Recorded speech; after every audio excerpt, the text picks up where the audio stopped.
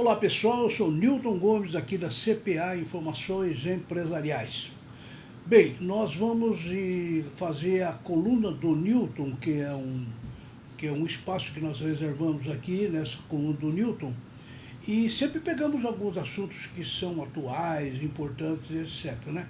Bom, neste vídeo eu gostaria de comentar este documento que está nas minhas mãos aqui, e o título é Metas Nacionais Prioritárias. É uma agenda de 100 dias de governo.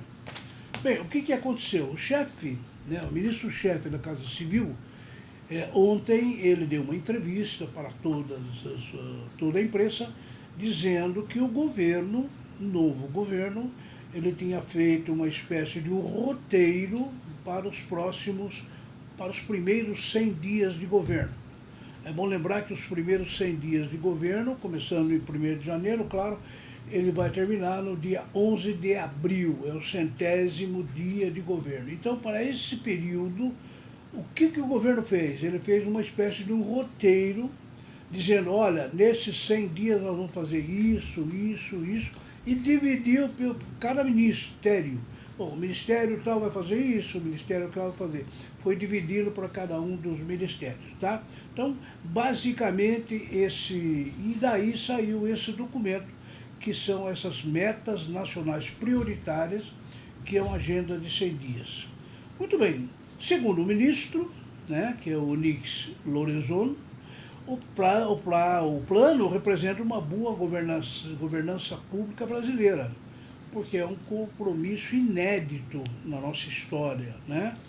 Essa agenda, segundo ele, está plenamente alinhada com as mais modernas diretrizes que são adotadas, inclusive, pela OCDE, a OCDE sugeridas pelo Tribunal de Contas.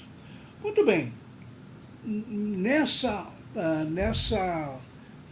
exposição que o ministro fez, tem alguns detalhes importantes que a gente vai ressaltar. Bom, aqui ao meu lado, a Júlia, que vai me ajudar a estudar esse documento aí. Oi pessoal, meu nome é Júlia Gomes, bem-vindos a mais uma coluna do Newton. Então, na agenda, o ministro esclareceu que não estão necessariamente elencados os projetos considerados mais importantes para mudar a realidade do Brasil. Um exemplo, as reformas da Previdência e tributária, mas sim os projetos considerados prioritários nos 100 primeiros dias de governo. A explicação ministerial para a não inclusão das reformas deve-se ao fato de que são reformas complexas e que dependem de intensivas negociações políticas. Muito bem, então viram que estas metas nacionais prioritárias para esses primeiros 100 dias, elas incluem tudo aquilo que, pelo menos, o governo entende que é prioritário, tem que se fazer nesse período e tal. Só que nós temos mais assuntos muito importantes, mas que não foram incluídos aqui, como está dito aí no texto, que a reforma da Previdência, que é talvez a prioridade número 1, e a reforma tributária, que seria a reforma número 2, não estão incluídos aqui. Nós vamos verificar depois o Ministério da Defesa e tal. Então, nessa exposição,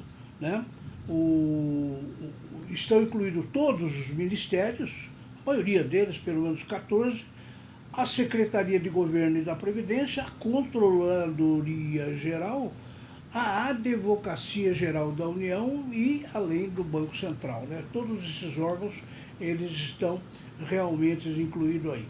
Muito bem, mas o que nos interessa mais proximamente, já que nós não temos a Previdência e também não temos a tributária, porque é mais complexo, vai ficar para depois, o que nos interessa é o Ministério da Economia, aquele ministério lá do Paulo Guedes. O que foram listados ali, quais são os fatos que foram listados como metas prioritárias no Ministério da Economia? No Ministério da Economia, vários pontos importantes foram elencados e incluem os seguintes: combate às fraudes do INSS, a redução da máquina administrativa, intensificação da inserção econômica internacional, novos critérios para a realização do concurso público e abertura dos cadastros de desempregados. Muito bem, vejam que, analisando cada um rapidamente, olha, combate às fraudes do INSS, esses dias mesmo nós falamos aí da medida provisória 781, né? Nós até apresentamos, discutimos cada ponto disso aí. O que o governo pretende fazer o quê?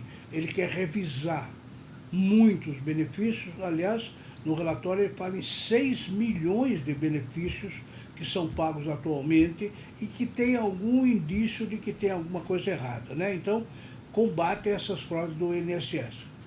Reduzir a máquina administrativa é uma pena, né? Porque em alguns pontos a Receita Federal, no caso, não tem um atendimento muito bom. Reduzir a máquina administrativa pode piorar um pouco. Intensificação da inserção econômica internacional, né? Que o presidente, o que ele quer fazer? Ele quer jogar o Brasil para o mundo, né? Inserindo na economia internacional. Claro que isso deve redundar alguma abertura no comércio, redução da tributação, imposto de importação menores e assim por diante. Novos critérios para a realização de concursos públicos e a abertura dos cadastros do CINE, que é o Sistema Nacional de Empregados, né? Então, tudo isso são algumas ações do Ministério da Economia. Quem tiver curiosidade de pegar esse documento, que está na internet aí, vai verificar que todos os ministérios têm lá as coisas. Então, nós estamos citando a economia, que é aquele que chega mais próximo da nossa atividade. Muito bem, mas nós temos mais coisa aí, né, Julia? Os outros destaques que merecem ser citados são que no Ministério das Relações Exteriores planeja-se a redução tarifária do Mercosul. No Ministério do Turismo, estima-se melhorar o ambiente de negócios do turismo e potencializar a atração de investimentos para o Brasil. E na Advocacia Geral da União, está prevista a melhora no atendimento eletrônico de devedores dos órgãos federais. Muito bem, aí eu dei uma lida geral aí nessas metas em todos os ministérios e secretarias, né? Selecionei aquela questão lá do Ministério da Economia, que é aquela que nos fala mais próximo, e depois selecionamos alguns pontos de outros ministérios, né?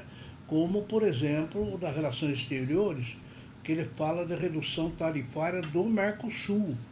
Nós temos muitas empresas brasileiras que, evidentemente, vendem e compram aí no Mercosul, né? Aliás, na indústria automobilística, a Argentina é o país que mais compra veículos do Brasil, na indústria automobilística brasileira e Mercosul, né? Então, essa redução tarifária, ela é sem dúvida nenhuma, boa notícia. Bom, no Ministério do Turismo, tinha que melhorar o ambiente de negócio para facilitar, né? Claro, principalmente nessa história do turismo aqui da América Latina, né? Que nós temos muito turismo brasileiro, turista brasileiro que vai para a Argentina, que vai para o Uruguai, por etc. E nós temos também muito turista brasileiro que vem de lá. Isso sem falar no mundo, né? Nós temos muitos brasileiros viajando aí pelo mundo, como também nós temos muitos estrangeiros que vêm para cá para conhecer as nossas maravilhas. Aí vem para o Rio de Janeiro e sai correndo nas malas perdidas, não é isso? Muitos turistas. Então, temos que incrementar essa área de turismo. Além disso, como a Júlia lembrou aí, nós temos a questão do atendimento eletrônico de devedores dos órgãos federais, né? Como nós sabemos, os órgãos federais que cobram tributos, isso para falar de uma hora só, né? São bilhões de reais que estão todos lá em processo, etc, tal, né? Então, esse diálogo permanente e facilitado, principalmente através da informática com os devedores, isso realmente é uma boa notícia, porque o atendimento eletrônico desses devedores tem que melhorar bastante, porque senão a gente não consegue realmente cobrar esses devedores. Então não deixa de ser também uma boa notícia. Muito bem, gente. E quantas propostas são, Júlia? O projeto relaciona 35 propostas consideradas prioritárias e o governo pretende chegar no dia 11 de abril, que é o 100º dia, com mais de 90% das metas cumpridas. Muito bem, então vejam que foi estabelecida uma meta, como é uma meta nacional com prioridade, de 1º de janeiro até dia 11 de abril, que é o 100º dia, esses 100 dias. Aliás, diga-se de passagem, hoje, por exemplo, é dia 24 de janeiro, Quer dizer, eu imagino que 1/3 desse prazo já passou, Na realidade, isso já deveria ter sido divulgado bem no início do mês de janeiro. Mas, de qualquer forma, então, o que segundo a nota e segundo a entrevista lá e o próprio documento, fala que ao todo são 35 propostas consideradas prioritárias. Aquela história, Essas 35 coisas que estão aqui nós temos que fazer. E teremos que fazer até o 11 de abril, que é o 100º dia. E a intenção do pessoal que elaborou esse documento é que 90% das metas sejam cumpridas. Ora, 90% de 35 propostas, se fizer uma continha rápida aqui, 95, 45, 4, 93, 27, 4, 31. Quer dizer, daí dos 35 propostas, pelo menos 31 propostas serão cumpridas.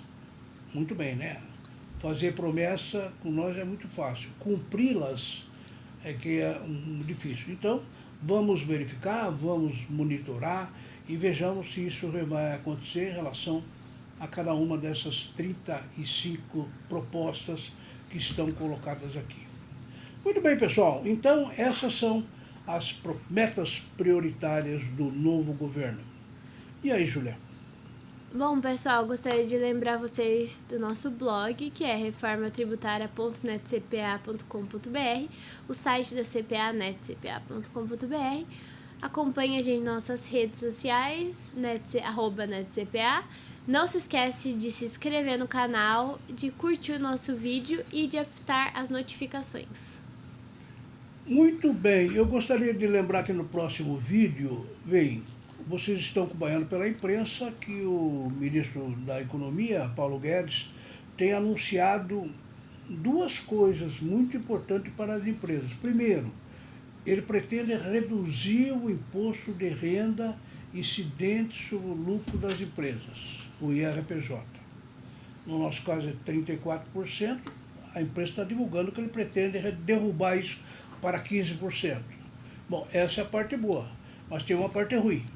Ele pretende também tributar a distribuição de lucros, que hoje é totalmente isento, e pretende revogar a possibilidade de lançar os juros sobre o capital próprio, que hoje é possível, uma despesa interessante, mas tal. Então tem um lado bom, reduzir o IR, outro lado ruim, tributar algo que não é tributado ou reduzir a dedutibilidade. Bom, eu convido vocês para assistir o próximo vídeo, então, da coluna do Newton, que nós vamos falar sobre esse tema. Redução do RPJ. Quem ganha? Quem perde? Até o próximo vídeo. Muito obrigado. Muito obrigada.